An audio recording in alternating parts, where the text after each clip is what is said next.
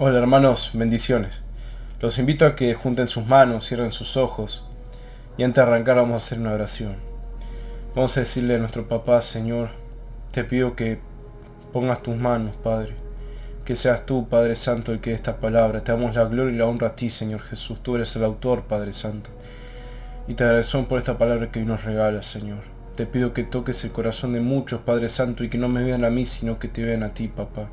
Aleja todo lo que no sea de tu agrado y sé tú en todo momento, Padre Santo, en tu poderoso nombre, Señor Jesús. Amén y amén. Bueno, esta palabra es un poco la continuación,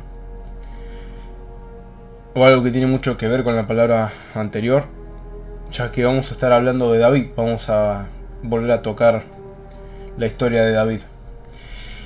En la anterior palabra vimos cómo Dios elige a David no por una condición física, no por algo material, sino que lo elige por lo que hay en su corazón, por lo que va a procesar y por lo que Dios quiere hacer en su corazón. Y así mismo a nosotros nos elige. Y también vimos de cómo David, de un pastorcito de ovejas, pasó a ser un rey, el rey de Israel. Y todo ese proceso que Dios lo fue llevando y todo ese proceso que pasó, que no fue de un día al otro, sino que fue de tiempo,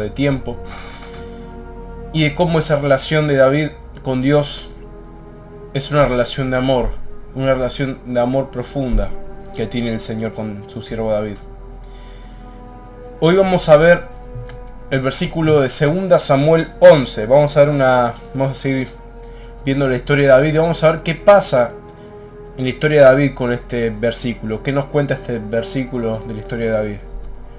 Los invito a que abran su Biblia en 2 Samuel 11. Y la palabra dice así: Aconteció al año siguiente, en el tiempo que salen los reyes a la guerra, que David envió a Joab, y con él a sus siervos y a todo Israel, y destruyeron a los amonitas y sitiaron a Rabá. Pero David se quedó en Jerusalén. Sucedió un día que al caer la tarde se levantó David de su lecho y se paseaba sobre el terrado de la casa real. Y vio desde el terrado una mujer que se estaba bañando, la cual era muy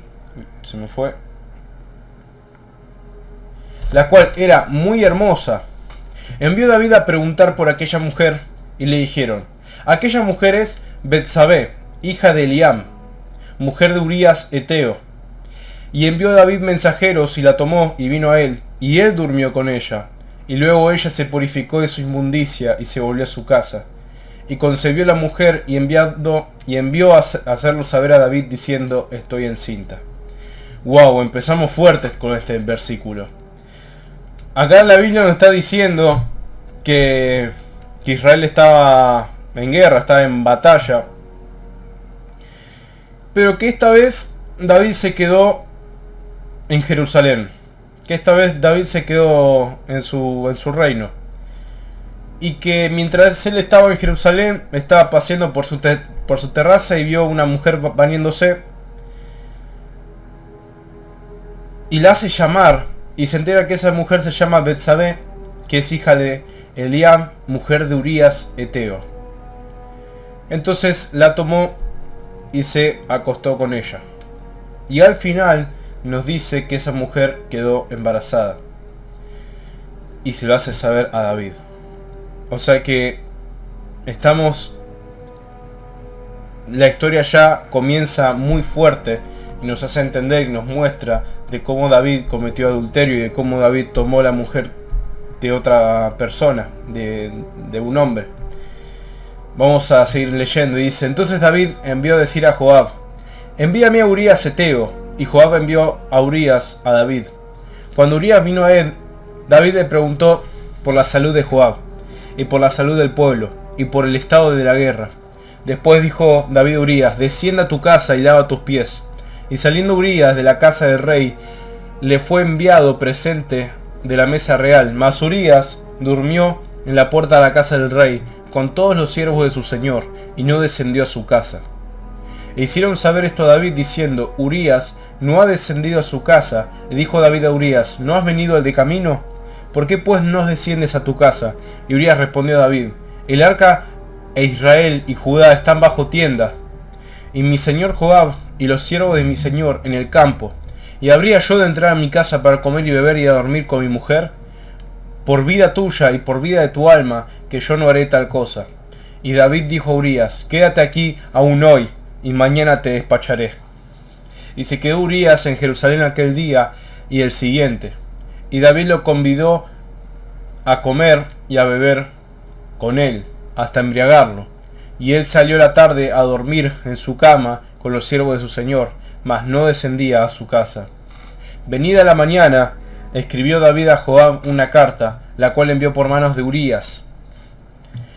Y escribió en la carta diciendo, pone a Urías al frente, en lo más recio de la batalla, y retiraos de él, para que sea herido y muera. Así fue cuando Joab sitió la ciudad, puso a Urías en el lugar donde sabía que estaban los hombres más valientes, y saliendo luego de la ciudad, pelearon contra Joab, y cayeron algunos del ejército de los siervos de David, y murió también Urías Eteo.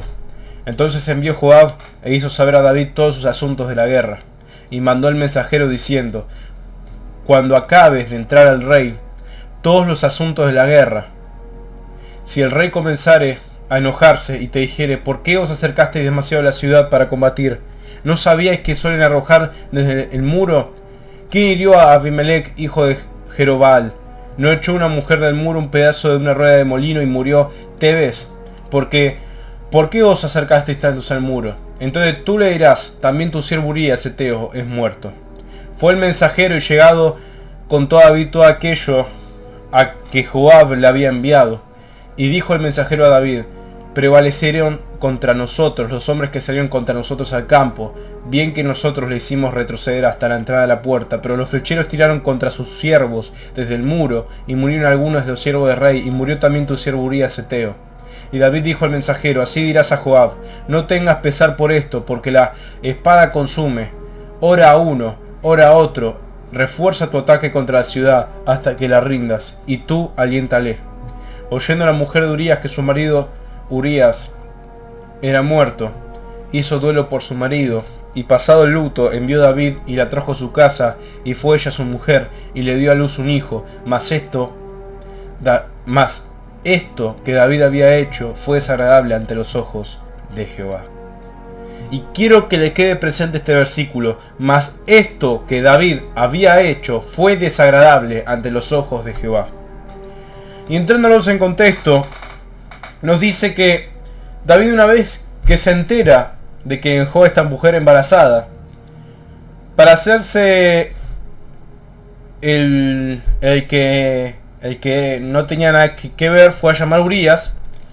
Y lo que interpreto y lo que entiendo es que David llama a Urías a propósito para que se quede, para que se junte con su mujer, para que se acueste con su mujer.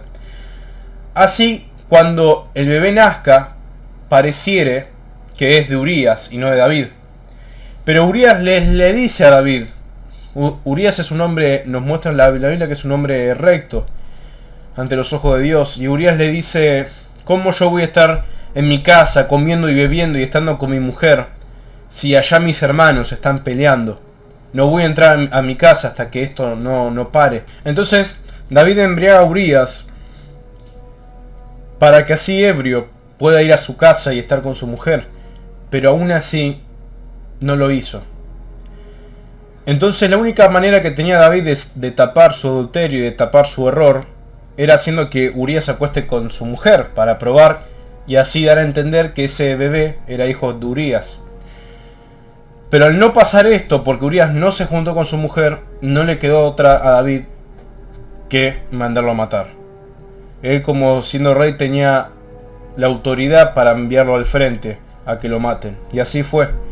No solo que David adulteró, sino que mandó a matar a un amigo suyo. Mandó a matar a un amigo suyo al frente. Y dice la palabra al final que David, una vez que se entera de la muerte de Urías, llama y se queda con Betsabé. Y al final de este versículo nos dice, mas esto que David había hecho fue desagradable ante los ojos de Jehová.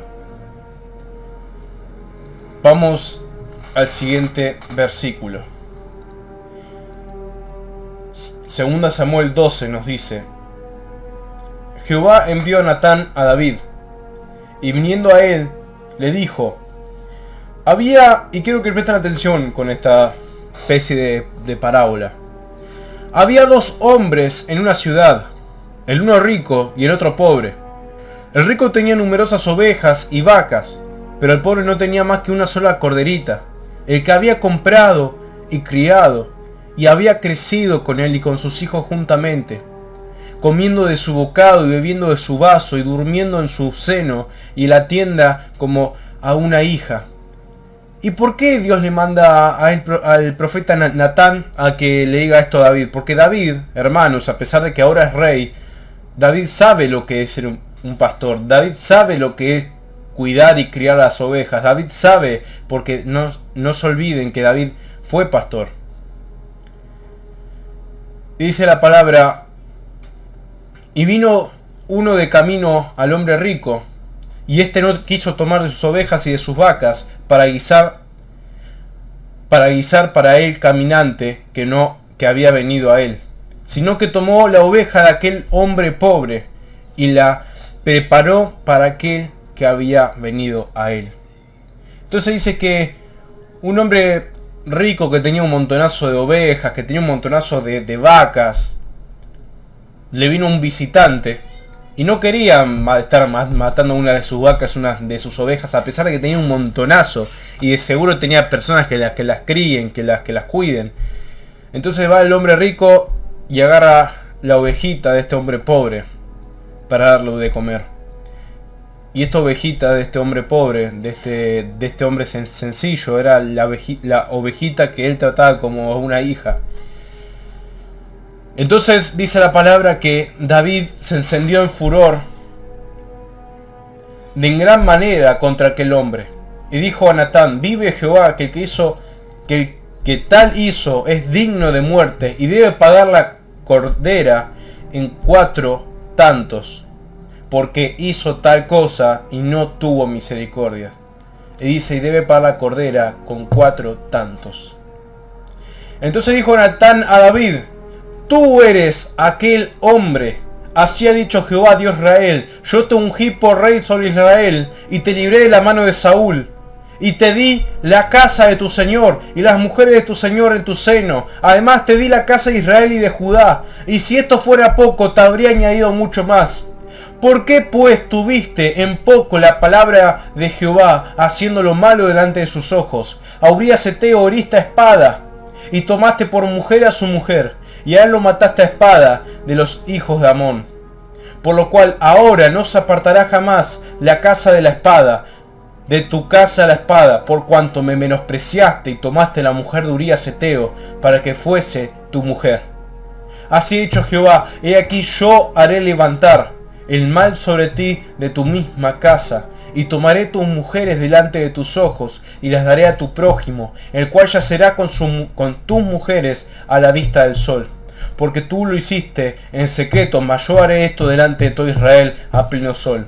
Entonces David dijo a Natán: pequé contra Jehová.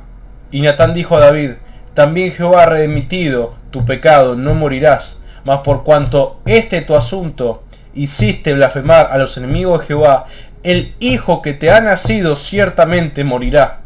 Y Natán se volvió a su casa. Y Natán se volvió a su casa. O sea que nos dice que esta parábola de ese hombre rico, malvado, que le quitó la oveja al pobre, se refería a David. Dios se refería a David. Que él, siendo rey, teniendo todo, Dios le dio todo, va David y le quita a la mujer a un soldado de su ejército. Entonces Dios está completamente enfurecido con David y manda por el profeta a decirle que por hacer esto, Dios antes le pensaba dar muchísimo más, pero por hacer esto, todas sus mujeres le van a ser quitadas, va a ser completamente avergonzado en público. Y no solo eso, sino que este niño que nació va a pagar el pecado va a pagar parte del error que David hizo con la muerte. Y Jehová hirió al niño que la mujer de Urías había dado a David, y enfermó gravemente. Entonces David rogó a Dios por el niño, y ayunó David y entró, y pasó la noche acostado en tierra. Y se levantaron los ancianos de su casa, y fueron a él para hacerlo levantar de la tierra, mas él no quiso ni comió con ellos pan. Debe ser horrible que tu niño esté enfermo gravemente, más sabiendo de que Dios le iba a quitar la vida. David estaba destrozado, no comía, no bebía y estaba con la cara en la tierra sin querer levantarse. Y al séptimo día murió el niño, y temían los siervos de David hacerle saber que el niño había muerto, diciendo entre sí: cuando el niño aún vivía le hablábamos y no quería oír nuestra voz. ¿Cuánto más afligirá si le decimos que el niño ha muerto? Mas David, viendo a sus siervos hablar entre sí, entendió que el niño había muerto, por lo que dijo David a sus siervos: ¿ha muerto el niño? Y ellos respondieron: ha muerto. Entonces David se levantó de la tierra y se lavó y se ungió y cambió sus ropas y entró en la casa de Jehová y adoró. Después vino a su casa y pidió, y le pusieron pan y comió. Y le dijeron sus siervos: ¿qué es esto que has hecho? Por el niño viviendo aún ayunabas y llorabas, y muerto él te levantaste y comiste pan. Él respondió: viviendo aún el niño yo ayunaba y lloraba, diciendo: ¿quién sabe si Dios tendrá compasión de mí? Y vivirá el niño. Mas ahora ha muerto, ¿para qué he de ayunar? ¿Podré yo hacerle volver? Yo voy a él, mas él no volverá a mí. Y consoló David a Betsabé su mujer, y llegándose a ella durmió con ella, y ella le dio a luz un hijo, y llamó su nombre Salomón, al cual amó Jehová. Y envió mensaje por medio de Natán profeta, así llamó su nombre, Jedidias, a causa de Jehová. Entonces, hermano, qué grave error que cometió David. Qué grave error que cometió David. Y nos dice la palabra, y este es un gran ejemplo de qué pasa cuando cometemos un error. La Biblia nos dice que la paga del pecado es la muerte. Y entendemos que por cuanto pecamos, morimos eternamente. No vamos para el infierno. Pero esta historia también nos muestra que la paga del pecado se paga en vida. Se paga en vida con vos mismo y con los que te rodean. David, siendo un gran siervo de Dios, teniendo una relación de amor con Dios, nunca había dejado de ser un hombre y pecó contra Dios. Entonces, la Biblia dice que este niño, así como Dios le había dicho que iba a morir, este niño murió. Y más adelante sabemos que David también queda en vergüenza por parte de sus hijos. Y se cumple este castigo de Dios por parte de David. Este castigo de David por parte de Dios. Entonces, hermano, si ni siquiera el rey de Israel, David, un hombre justo ante los ojos de Dios, un hombre que fue ungido por Dios, si ni siquiera él se libró del castigo de Dios por sus errores, ¿cuánto más nos queda a nosotros? ¿Cuánto más te queda a vos? Ciertamente, nosotros tenemos a Jesucristo. Y Jesucristo pagó la paga de nuestros pecados. Y Jesucristo pagó la muerte de nuestros pecados, resucitando. Y gracias a Él podemos ser salvos. Y podemos tener vida eterna. Porque Él pagó nuestro pecado. Pero en vida, todas las cosas que hacemos, conociendo la palabra de Dios, no es que Dios hace la vista gorda y dice, bueno, ya está. No. Todo lo que hagamos en vida, hermano, lo vamos a pagar en vida. Y si nos arrepentimos, el Señor va a tener misericordia y nos va a dejar tener vida eterna. Pero todos los errores que cometamos siendo cristianos, lo vamos a pagar en vida. El pecado lo vamos a pagar en vida, con nosotros y con los que nos rodean. Entonces, ¿qué pasa con los que pecan deliberadamente, ya habiendo conocido a Jesucristo? Si vemos que ni siquiera el rey David se libró del juicio de Dios, ¿cuánto más les queda a los que conociendo a Jesucristo, a los que conociendo la palabra de Dios, a los que estando en su iglesia, cuánto más le queda? ¿Cuánto más te queda por haber cometido errores? ¿Qué pasa con los que cometen errores siendo cristianos? Pagan en vida. Así David pagó en vida la muerte, él matando a Urías y habiendo cometido adulterio, él pagó en vida la muerte de su hijo. ¿Cuánto más te queda a vos, hermano, habiendo cometido un error? Habiendo cometido un error, ¿cuánto más te queda a vos, hermano? El camino de Dios no es un camino en donde podemos pecar deliberadamente porque la gracia abunda. No, de ninguna manera. La gracia de Jesucristo y el sacrificio de Jesucristo es una vez y el Señor nos limpia, nos borra todos nuestros errores y nos da la entrada a la vida eterna por el arrepentimiento y por su gracia, por su amor. Pero si seguimos equivocándonos, no esperemos que no va a pasar nada. Va a pasar cosas. Y esas cosas las vamos a ver reflejadas en el tiempo.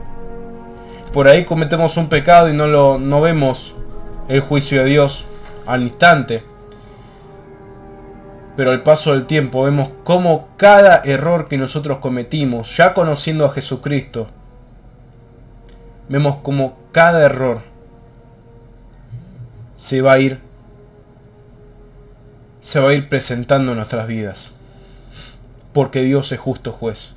Y el Señor entregó a su Hijo en una cruz para que seas limpio. Pero pasan dos cosas, hermano. ¿Qué pasa si viniste a la iglesia, escuchaste la voz de Dios, escuchaste la palabra de Dios, pensás que te entregaste a Dios, pero seguís y seguís pecando y seguís pecando? Lo más probablemente es que nunca conociste a Dios y lo más probable es que no seas salvo. Pero ¿qué pasa cuando sí sos salvo? Cuando sí sabés que sos hijo de Dios y cuando pecás por yerro. Porque el que es hijo de Dios y el que entiende la palabra, el pecado murió.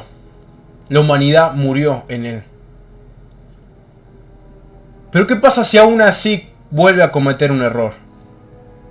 ¿Qué debo hacer si aún así cometí un error y la pifié? Y la pifié por yerro. La pifié en gran manera. ¿Qué es lo que hizo David en esta situación? David, siendo ungido de Dios, cometió este pecado. ¿Y qué hizo David? ¿Qué nos muestra la palabra que hizo David? David, ¿acaso él no se arrepintió? ¿David acaso siguió haciendo su vida? ¿David acaso no le importó nada?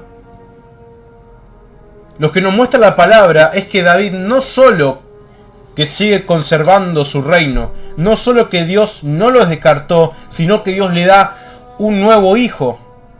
Y entonces dirás, ¿pero por qué si David cometió gran pecado, perdió un hijo, por qué Dios de la nada no lo descartó y le dio un nuevo hijo? En este versículo no nos lo muestra, pero David se arrepintió. David se arrepintió.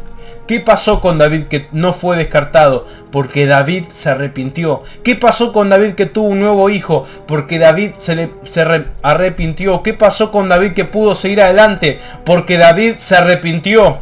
No se olvidó de Dios, no le dio la espalda a Dios. Habiendo cometido un error, se hizo cargo de su error y se arrepintió. ¿Y cómo sé yo que David se arrepintió? Vamos a ir al Salmos 51. que dice así. Empieza diciendo: al músico principal, Salmo de David, cuando después que se llegó de Betsabé, vino a él Natán el profeta. O sea que esta plegaria que da David hacia Dios es cuando Natán le dice a David que ha pecado contra Dios, y cuando David se da cuenta de su error. Y este salmo no nos muestra que David, cuando se da cuenta de su error, sigue con la suya. No, David, cuando se da cuenta de su error, se hizo cargo y clamó al Señor, se humilló y le pidió perdón. Y dice este salmo así: ten piedad de mí, oh Dios, conforme a tu misericordia. Conforme a la multitud de tus piedades, borra mis rebeliones. Lávame más y más de mi maldad y límpiame de mi pecado. Porque yo reconozco mis rebeliones y mi pecado está siempre delante de ti. Contra ti solo he pecado y he hecho lo malo delante de tus ojos, para que seas reconocido justo en tu palabra y tenido por puro en tu juicio. He aquí en maldad he sido formado, y en el pecado me concibió mi madre. He aquí tú amas la verdad en lo íntimo, y en lo secreto me has hecho comprender sabiduría. Purifícame con hisopo, y seré limpio. Lávame y seré más blanco que la nieve. Hazme oír gozo y alegría, y se recrearán los huesos que has abatido. Esconde tu rostro de mis pecados y borra mis maldades. Crea en mí, oh Dios, un corazón limpio, y renueva un espíritu recto dentro de mí. No me eches delante de ti, y no quites de mí tu santo espíritu. Vuélveme el gozo de tu salvación, y espíritu noble me sustente. Entonces enseñaré a los transgresores tus caminos, y los pecadores se convertirán a ti. Líbrame de homicidios, oh Dios, Dios de mi salvación. Cantará mi lengua tu justicia.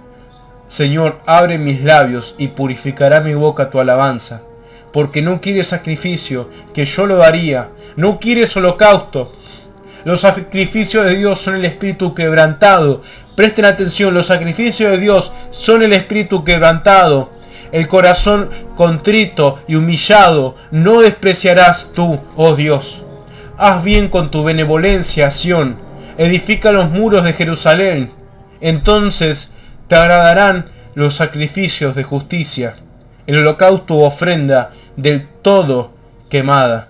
Entonces ofrecerán becerros sobre tu altar.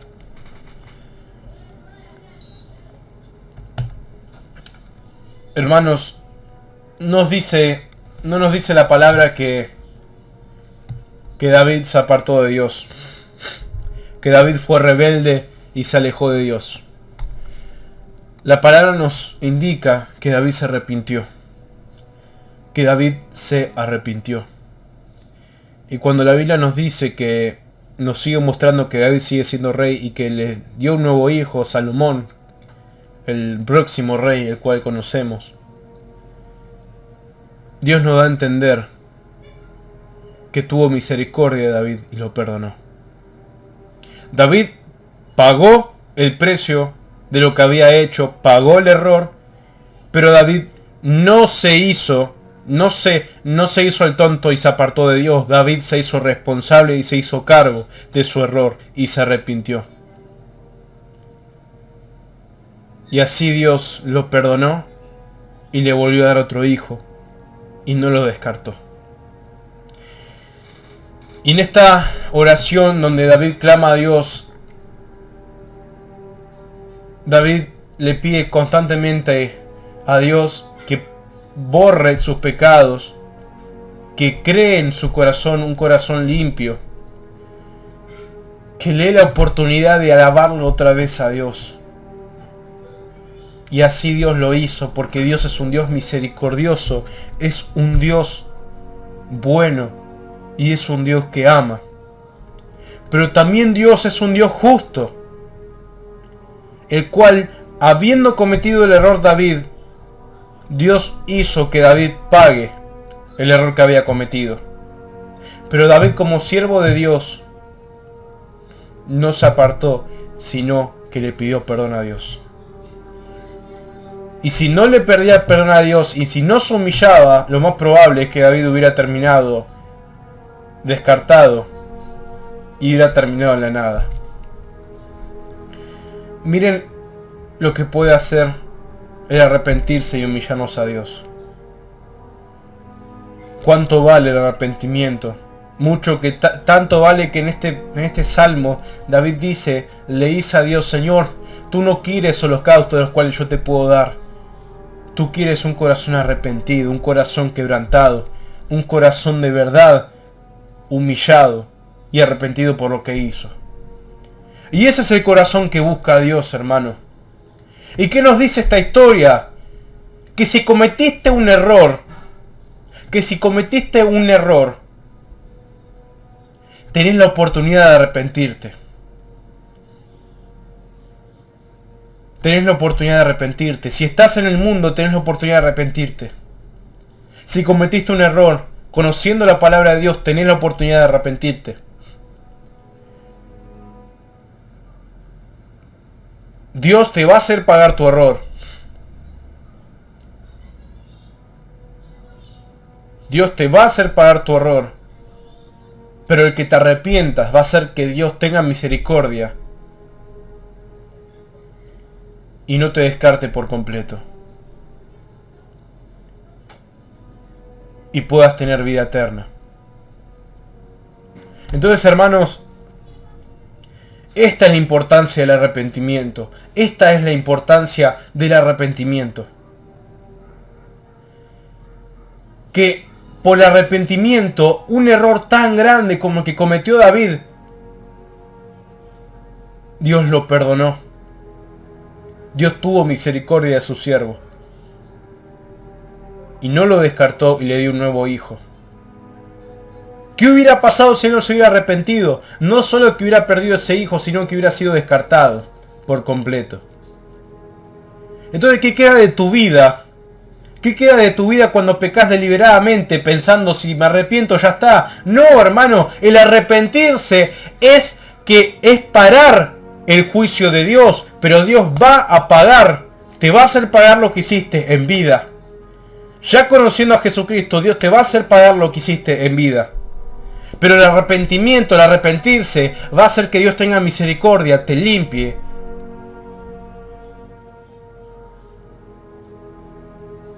Y puedas seguir en su camino. Porque los que pecan y no se arrepintieron están completamente descartados, y lo más probablemente es que nunca hayan conocido a Dios. Esto no es si se puede perder la salvación o no. El que es salvo es salvo. Esto es: ¿qué hago cuando cometo un error? Si cometo un error, me debo humillar ante Dios y me tengo que arrepentir. Porque el que comete un error y no se arrepiente, no solo que paga el juicio de Dios, sino que paga la paga del pecado, que es la muerte. Esto es lo que pasa si no conocemos a Cristo, si no nos arrepentimos a Jesús. Y esto es lo que pasa cuando no nos entregamos de verdad al Señor. Esta es la importancia del arrepentimiento. Y Dios no busca una cosa religiosa. Dios no busca religiosidad en nuestros corazones. No busca que lo sigamos de la boca para afuera. No busca que lo sigamos con simples acciones. Sino busca el Señor que lo sigamos de corazón y de verdad. El Señor no busca que lo sigamos con buenas obras y haciendo las cosas bien. Sino el Señor busca que lo sigamos de verdad. No mostrando que hacemos las cosas bien, sino haciendo de verdad las cosas bien. Y si no nos arrepentimos, probablemente es porque nunca lo conocimos. Pero si te equivocaste, hermano, si cometiste un error, si la pifiaste, el Señor con todo su amor está dispuesto a perdonarte. Porque Él no vino a juzgar al mundo, sino vino a salvar lo que se había perdido. El Señor está con los brazos abiertos esperándote a que te arrepientas, pero sé consciente que lo que hiciste en vida lo vas a pagar en vida. Y arrepintiéndote en Jesucristo, lo único que va a hacer es que el Señor tenga misericordia de vos y no te descarte por completo. Esta es la importancia del arrepentimiento, hermanos. Vamos a ir ahora al Salmos 32. Este también es un Salmos de David, no tiene que ver con esto en puntual, pero es un Salmos donde David habla del perdón. Y dice, bienaventurado aquel cuya transgresión le ha sido perdonada y cubierto su pecado. Bienaventurado el hombre a quien Jehová no culpa de iniquidad y en cuyo espíritu no hay engaño. Mientras callé se envejecieron mis huesos y en mi gemir todo el día, porque día y de noche se agravó sobre mí tu mano. Se volvió mi verdor en sequedades de verano.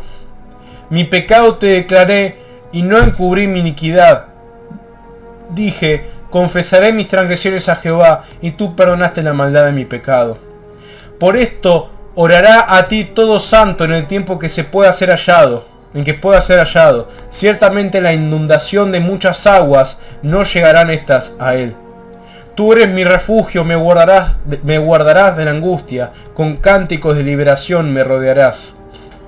Te haré entender y te enseñaré el camino en que debes andar, sobre ti fijaré mis ojos, no seáis como el caballo, o como el mulo sin entendimiento, que han de ser sujetados con cabestro y con freno, porque si no, no se acercarán a ti. Muchos dolores habrá para el impío, mas para el que espera en Jehová lo rodeará de misericordia, la misericordia. Alegraos en Jehová y gozaos justos y cantad con júbilo, todos vosotros los rectos de corazón. Tengan en cuenta esto, muchos dolores habrá para el impío, mas para el que espera en Jehová le rodeará misericordia. Alegraos en Jehová y gozaos justos y cantad con júbilo, todos vosotros los rectos de corazón. Amén. La palabra nos dice, hermanos, este salmo nos dice de la importancia de ser justos, de la importancia de no tener engaño en nuestro corazón, de la importancia de no tener maldad en nuestro corazón. Y hermano, David perdió un hijo, ¿cuánto más querés perder vos? ¿Cuánto más vas a perder vos en tu vida por ser necio y por seguir pecando deliberadamente? Si seguís pecando deliberadamente es porque nunca conociste a Jesucristo y es porque sos pecador y es porque Jesús no vive dentro de tu corazón. El Señor está dispuesto a perdonarte solo si te arrepentís. Solo si en verdad entendés la gravedad de lo que hiciste y te arrepentís. Solo si cambias tu rumbo al rumbo que quiere ir, en el que te quiere llevar Jesucristo. Vamos a Juan 21. Ahora estamos en el Nuevo Testamento. Y algo parecido pasó en la historia de Pedro. Pedro, siendo el discípulo amado de Jesús, Pedro pecó aún conociendo a Jesucristo, negándolo.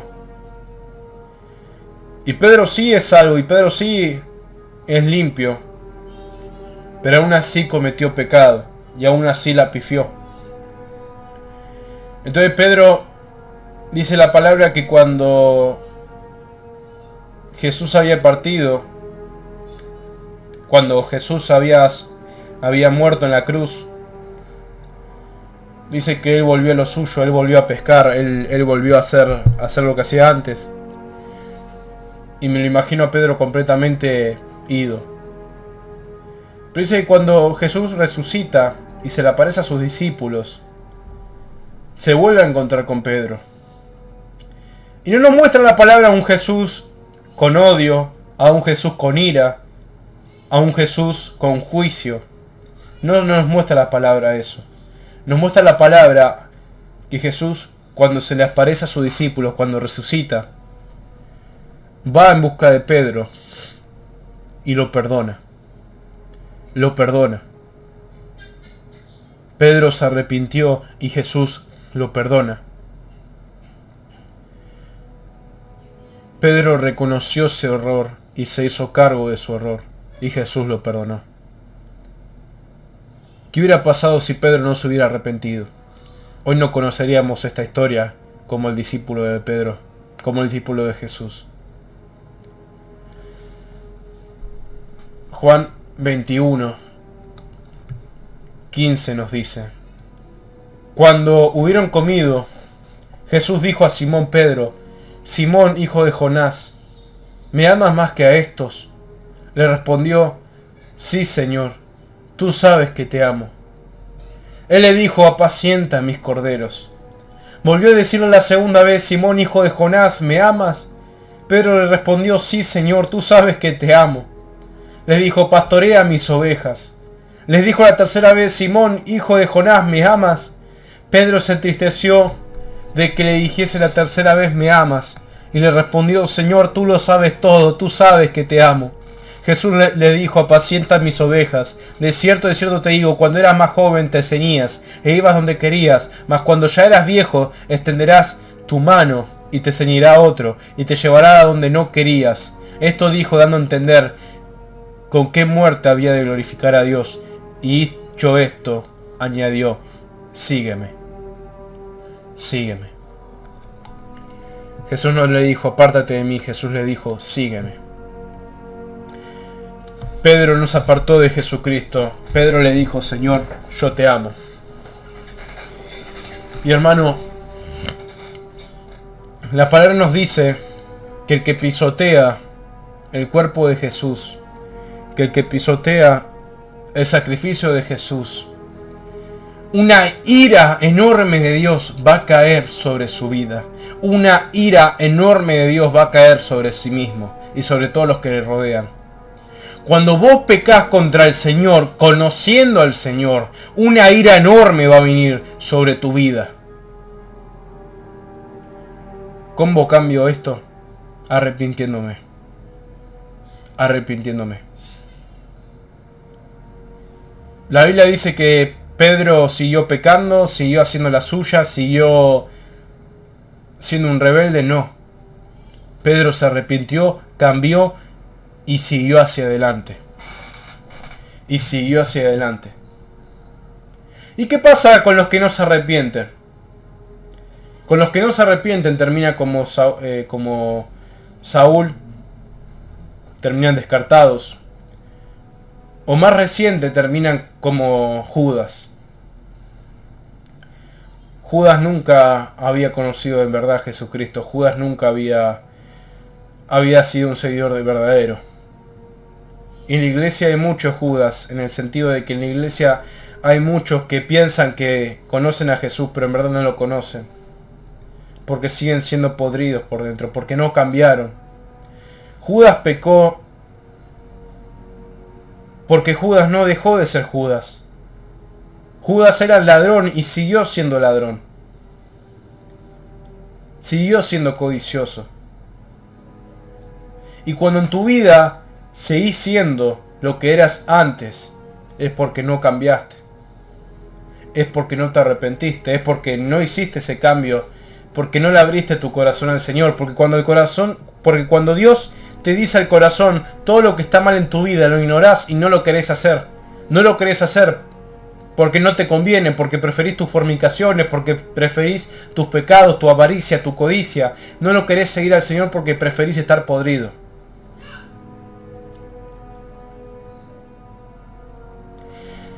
¿Y qué pasa con los que no se arrepienten? Terminan pagando ellos mismos el pecado, y el pecado es la muerte. Y no solo que pagás la muerte eterna, sino que todo lo que hagas, hermano, todo lo que hagas en vida, lo vas a pagar en vida. Todo lo que hagas habiendo conocido a Jesucristo, lo vas a pagar. Y el arrepentimiento no quiere decir que vas a quitar el juicio que Dios te va a poner en vida. El arrepentimiento quiere decir que el Señor te perdona, te limpia y te deja y te permite seguir caminando en su camino. Así que, hermano, si ya siendo cristiano pecaste y cometiste un error, ese error lo vas a pagar en vida. Porque ya sos conocedor de la palabra y porque ya sabes quién es Jesucristo. Y si no te arrepentís, es porque nunca conociste a Jesucristo y es porque vas a ser un apartado de por vida. En cambio, si te arrepentís, vas a hacer que esa ira de Dios, vas a hacer que Dios retire su ira y vas a hacer que te perdone, que te limpie y te permita seguir en su camino. Esa es la importancia del arrepentimiento, porque si no hay arrepentimiento, no hay salvación. Y si no hay arrepentimiento, no hay perdón. Y si no somos perdonados, hermanos, estamos condenados para siempre. ¿Por qué es importante declararle al Señor mis pecados? Vamos a ir a Marcos 2. Esto lo comenté en una reunión de oración, pero vamos a volver a leerlo. Marcos 2. Dice así. Marcos 2, 13.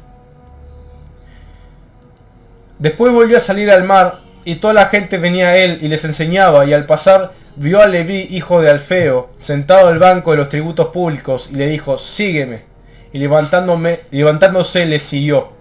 Aconteció que estando Jesús a la mesa en casa de él, muchos publicanos y pecadores estaban también a la mesa juntamente con Jesús y sus discípulos, porque había muchos que le habían seguido, y los escribas y los fariseos, viéndole comer con los publicanos y con los pecadores, dijeron a los discípulos, ¿qué es esto que él come y bebe con los publicanos y los pecadores? Al oír esto Jesús les dijo, los sanos no tienen necesidad de médico, sino los enfermos. No he venido a llamar a justos, sino a pecadores. ¿Qué pasa con esta situación? Nos dice la palabra que Jesús está sentado junto a los peores pecadores. Jesús, santo, está sentado junto a los pecadores, junto a los publicanos. Entonces los fariseos van y le dicen, pero ¿cómo es esto que vos estás sentado con los pecadores? Y Jesús le dijo, los sanos no tienen necesidad de médico, sino los enfermos. No he venido a llamar a los justos, sino a pecadores. Sino a pecadores. ¿Por qué Jesús estaba rodeado de pecadores? Porque justamente el Señor vino a llamar a los pecadores. ¿Y estos fariseos eran pecadores? Sí. Los fariseos eran pecadores, eran hombres con pecados. ¿Pero a qué se refería el Señor? No he venido a llamar a justos, sino a pecadores. El Señor se refería a que los fariseos no reconocían su pecado. Eran pecadores, pero no reconocían sus pecados. Ellos lo que reconocían es que eran justos. Ellos se hacían a sí mismos justos. Y no reconocían sus pecados. Pero los que estaban al lado de Jesucristo sí reconocieron sus pecados. ¿Por qué se sabían que eran pecadores? Porque estaban al lado de Jesucristo y reconocieron sus pecados. Y hermano, el Señor no va a salvar, no va a llamar al que es justo. No va a llamar al que se cree justo. No va a llamar al que se cree que no tiene pecado. No va a llamar al que piensa que no tiene pecado. No va a llamar al que piensa que va a hacer las cosas por su propio mérito. El Señor va a llamar al enfermo que vaya al médico y le diga, médico, doctor, estoy enfermo. El doctor no va a ir hasta la puerta de tu casa y te va a obligar a que estés sano. No. El doctor va a esperar a que los enfermos se acerquen a él y que los enfermos le declaren lo que le pasa. Asimismo, Jesús no te va a obligar. No te va a obligar a que seas salvo. El Señor va a esperar a que vos vayas y le digas y le reconozcas tus errores y te arrepientas. Porque el Señor no busca una religión, no busca holocausto. El Señor lo que busca de verdad es el fruto de arrepentimiento. Lo que busca es un corazón humillado y un corazón puesto delante de Dios. Esa es la importancia del arrepentimiento, porque si no me arrepiento estoy completamente condenado. Gracias al Señor tengo la posibilidad de arrepentirme, porque por más que antes me arrepintiera, por más que antes de Jesucristo uno se arrepintiera, iba para abajo. Pero conociendo a Jesucristo, tenemos la posibilidad de arrepentirnos y entregar nuestra vida a Él. La Biblia dice que si con dificultad el justo se salva, ¿cuánto más le queda al pecador? Si con dificultad una persona recta se salva, ¿cuánto más le queda al que no se arrepiente, al que hace las suyas? Hermano, arrepentite. Arrepentite y reconoce tu error. Deja de ser orgulloso. Porque la palabra dice, conoceréis la verdad y la verdad os hará libre. Esa verdad está en tu corazón presente. Jesús te dice lo que haces mal. Jesús te dice y te declara lo que haces mal. Pero queda en vos si querés escuchar su voz y apartarte. El arrepentirse no quiere decir un simple perdón. El arrepentirse es reconocer mi error, pedir perdón y apartarme de ese error, alejarme de ese error y no volverlo a cometer, no volverlo a cometer, porque cada vez que cometamos un error conociendo la palabra de Dios, ese error va a recaer sobre nosotros y si no nos arrepentimos va a ser fatal. Arrepiéntanse y busquen a Dios mientras puede ser hallado. Y último versículo, Mateo 25. Dice así. Mateo 25, 14.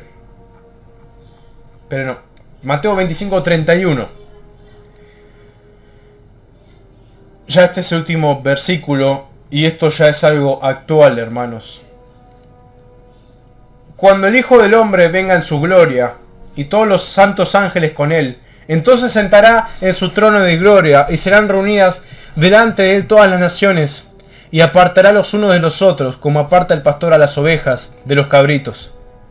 Y pondrá las ovejas a su derecha, y a los cabritos a su izquierda. Entonces el rey dirá a los de su derecha, venid benditos de mi Padre, heredad el reino preparado para vosotros desde la fundación del mundo. Porque tuve hambre y me disteis de comer, tuve sed y me disteis de beber, fui forastero y me recogisteis, estuve desnudo y me cubristeis, enfermo y me vestisteis, en la cárcel y me viniste a mí. Entonces los justos le responderán diciendo, Señor, ¿cuándo te vimos hambriento y te sustentamos, o sediento y te dimos de beber? ¿Y cuándo te vimos forastero y te recogimos, o desnudo y te cubrimos? ¿O cuándo te vimos enfermo o en la cárcel y vinimos a ti? Y respondió el rey y les dirá, de cierto os digo, en cuanto lo hicisteis a uno de mis hermanos más pequeños, a mí lo hicisteis. Entonces dirá también a los de la izquierda, apartaos de mí, malditos, al fuego eterno preparado para el diablo y sus ángeles. Porque tuve hambre y no me diste de comer, tuve sed y no me diste de beber, fui forastero y no me recogisteis, estuve desnudo y no me cubristeis, enfermo y en la cárcel y no me visitasteis. Entonces también ellos responderán diciendo, Señor, ¿cuándo te vimos hambriento, sediento, forastero, desnudo, enfermo, o en la cárcel y no te servimos? Entonces le responderá diciendo, de cierto os digo, en cuanto no lo hicisteis a uno de estos más pequeños, tampoco a mí me lo hicisteis. E irán estos al castigo eterno y los justos a la vida eterna. ¿Y qué pasa con los justos? ¿Qué pasa con los justos que dicen todo el tiempo? Porque hay muchos justos que dicen, pero no puede ser, yo hago las cosas rectas delante de Dios, yo hago las cosas bien, y este que hace todo para el revés le va bien. No puede ser que yo soy justo, yo hago las cosas bien, y el hermano que está ahí hace todo para el traste, y le va bien. ¿Cuántos justos nos dijeron eso alguna vez? ¿Cuántos no le recriminaron a Dios y le dijeron, Señor, ¿cómo puede ser que yo sigo tus mandamientos? Yo no cometo los mínimos errores, yo hago todo a rajatabla, y cómo este que es un desastre le va bien. ¿Cómo a mí me pasan las 1001 si este que es un desastre le va bien? En este versículo, hermanos, nos dice que cuando el Señor venga en su gloria, ya no más como para entregarse, ya no más agachando la cabeza, sino con juicio viene Jesús. Él va a ver y va a tener en cuenta todo lo que hiciste en tu vida. Cuando venga el juicio de Dios, Él va a ver y va a tener en cuenta todo lo que hiciste en tu vida. Todo. Y la Biblia no nos quiere decir de personas en la cárcel del mundo, personas enfermas del mundo. La Biblia no nos dice que son salvos lo de las buenas obras. No quiere decir las buenas obras. A lo que se refiere Jesús en este versículo, de visitar en la cárcel, de ir a visitar al enfermo, de vestir al desnudo.